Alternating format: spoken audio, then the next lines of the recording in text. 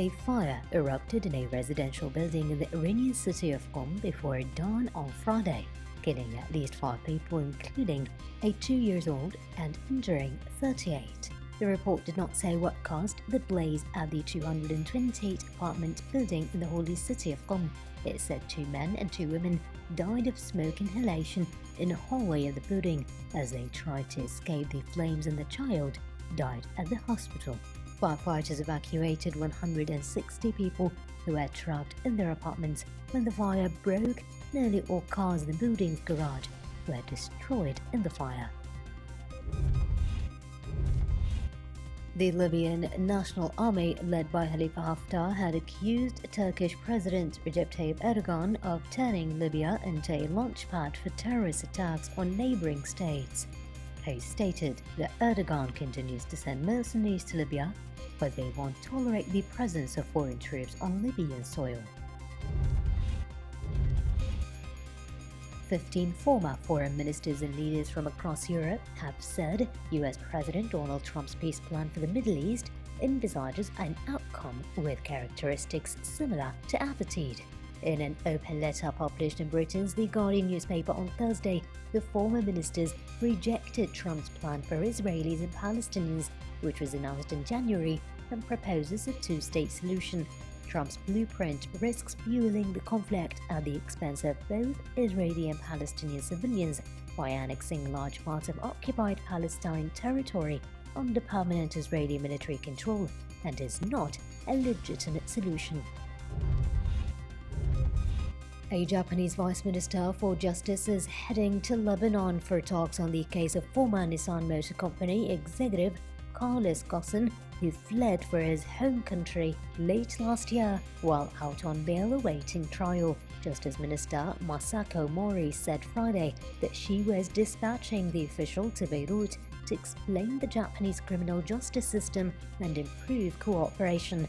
Japan's Justice Ministry said Hirohiko Yushi will leave Tokyo on Saturday and meet with Lebanese Justice Minister Albert Serhan on Monday.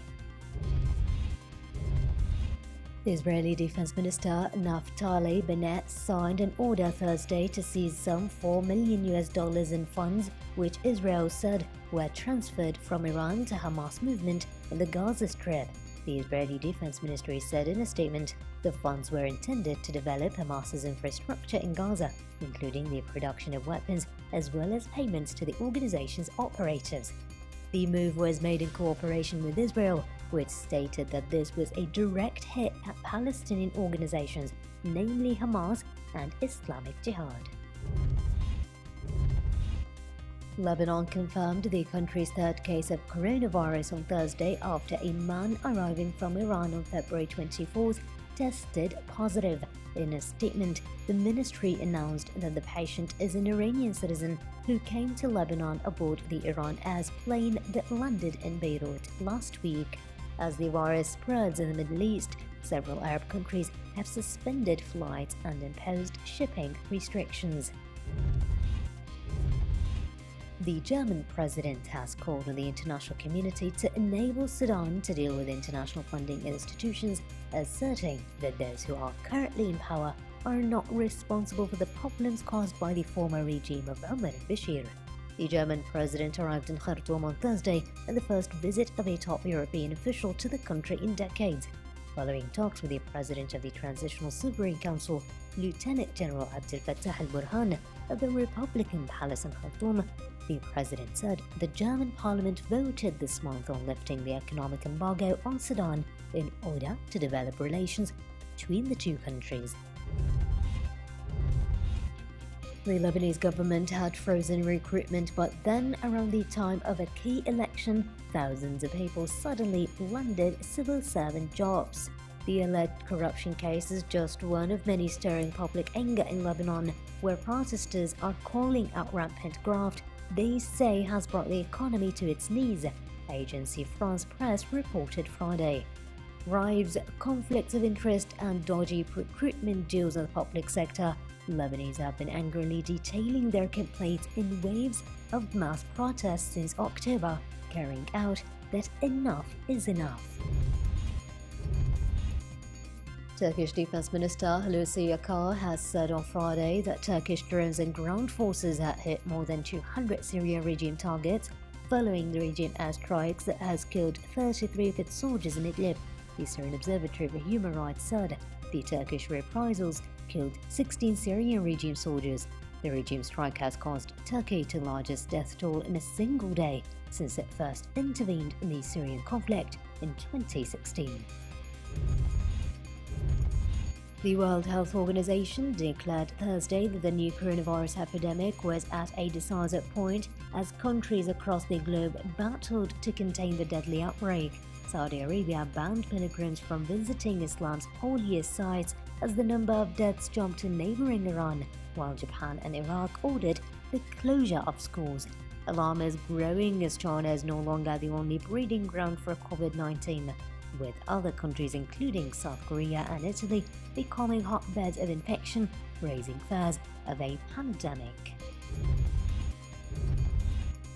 The Presidency for the Affairs of the Two Holy Mosques carries out washing and sterilizing the floors of the Grand Mosque 4 times daily as part of measures to ensure the safety of pilgrims and visitors. There are 13,500 huge prayer rugs at the mosque, and all these are being folded prior to the washing and sterilizing of the floor, according to Jabir Widani, Director of Cleansing and Carpets Department at the Holy Mosque. The department takes utmost keenness to keep the Grand Mosque clean and tidy at a time when the Saudi Ministry of Foreign Affairs suspended entry of Umrah pilgrims and visitors to the Prophet's Mosque to the kingdom on a temporary basis. The World Health Organization, represented by its regional office for the Eastern Mediterranean, praised the measures taken by Saudi Arabia to tackle the new coronavirus or the COVID-19 and prevent its spread. The office has stressed that the measures will enable Saudi Arabia to implement sustainable measures to prevent and control the disease and protect crowds during this important season, the Umrah pilgrimage. The UN Health Agency on Friday upgraded the global risk from the new coronavirus to its highest level, saying the continued increase in cases in countries affected was clearly of concern. World Health Organization Chief Tedros Adhanom Ghebreyesus said that WHO now increased their assessment of the risk of spread and the risk of impact of COVID-19 to very high global level. Tedros also said more than 20 vaccines were in development globally and several treatments were in clinical trials, with results expected in a few weeks.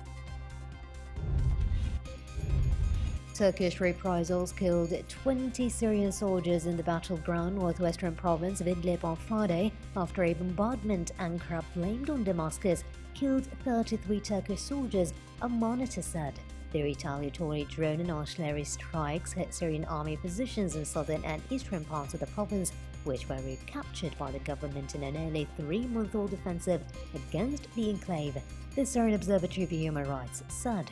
The observatory added at least 16 regime fighters died in those strikes, while another 4 were killed by artillery fire on positions in neighboring Aleppo province. The Kingdom of Saudi Arabia has so far not registered any confirmed case of the new coronavirus, and it is putting all efforts to prevent the entry of the epidemic into its territories with regular follow-ups and implementation of precautionary measures. Saudi press agency reported on Thursday night, quoting spokesman of the Ministry of Health, Dr. Mohammed Al-Abd Al-Ali. The report said that the kingdom is following up and implementing the highest levels of vigilance and precautions to deal with the virus in an ideal manner. Al-Abd Al-Ali's made the statement after the meeting of the follow-up committee on the spread of the coronavirus in the Chinese province of Wuhan under the chairmanship of Minister of Health, Dr. Tawfiq Al-Rabi'a.